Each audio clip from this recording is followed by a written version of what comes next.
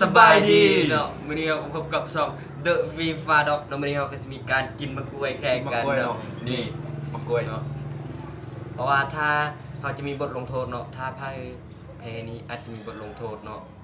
นี่ก็คือกินมะกล้วยกับน้ำปลาเนาะ กินมะกล้วยกับน้ำปลาเนาะเอา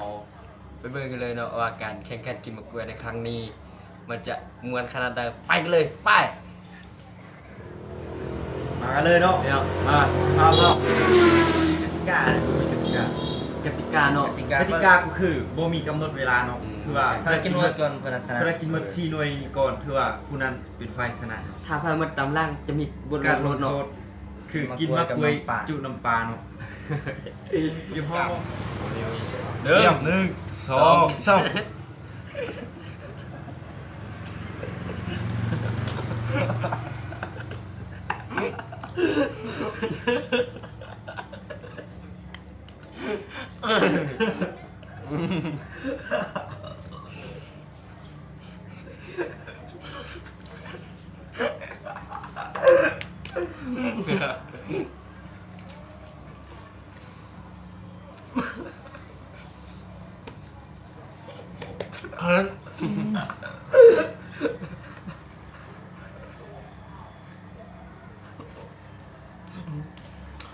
ครับ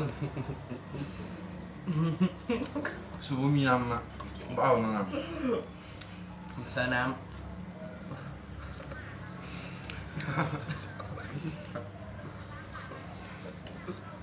ห้ามกินน้ำเนาะย้ำอีกทีนึงห้ามกินน้ำ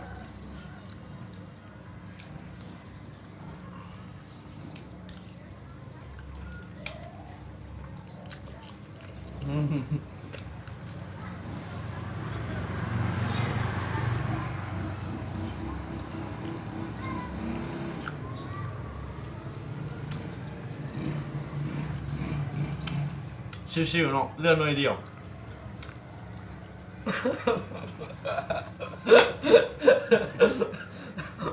เรียบร้อยแล้วเพื่อหมดแล้ว4หน่วยเลือกชนะเนาะยังเหลือหน่วยสุดท้ายแล้วจอนี้ระวังโดนกับฟ้าเนาะ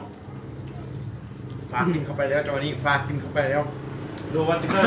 ดูแสงหรือว่าดูจอนี้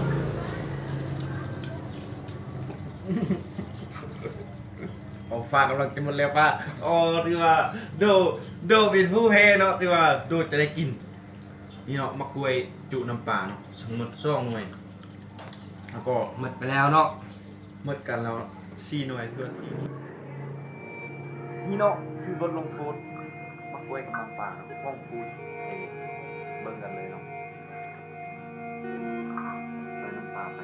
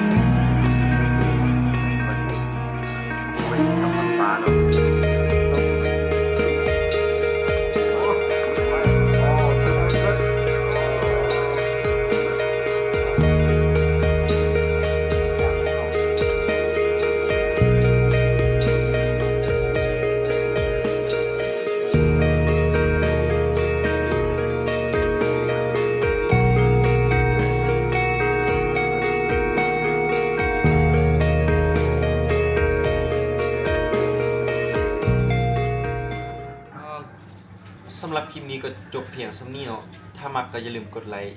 กดแชร์กด Subscribe ให้พวกเราเลยเนาะเพื่อเป็นกำลังใจคลิปต่อไป แล้วก็ถ้าท่านผู้ชมอยากถ้าพวกเราเฮ็ดคลิปยังเนาะก็คอมเมนต์มาเลยเนาะคอมเมนต์มาพวกเราจะเฮ็ดเลยเนาะ